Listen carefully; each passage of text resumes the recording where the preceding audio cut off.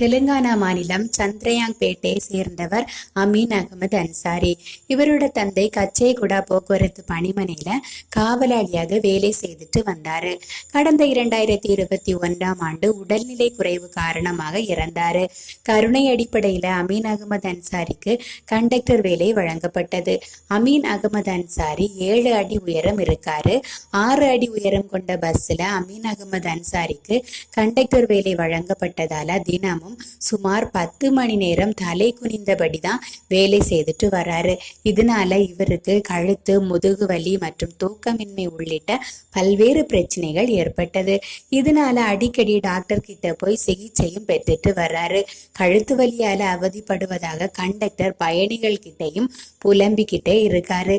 இது குறித்து பஸ் பயணிகள் அவருக்கு போக்குவரத்து கழக பணிமனையில வேறு பணி வழங்க வேண்டும் அப்படின்னு கோரிக்கை விடுத்திருக்காங்க.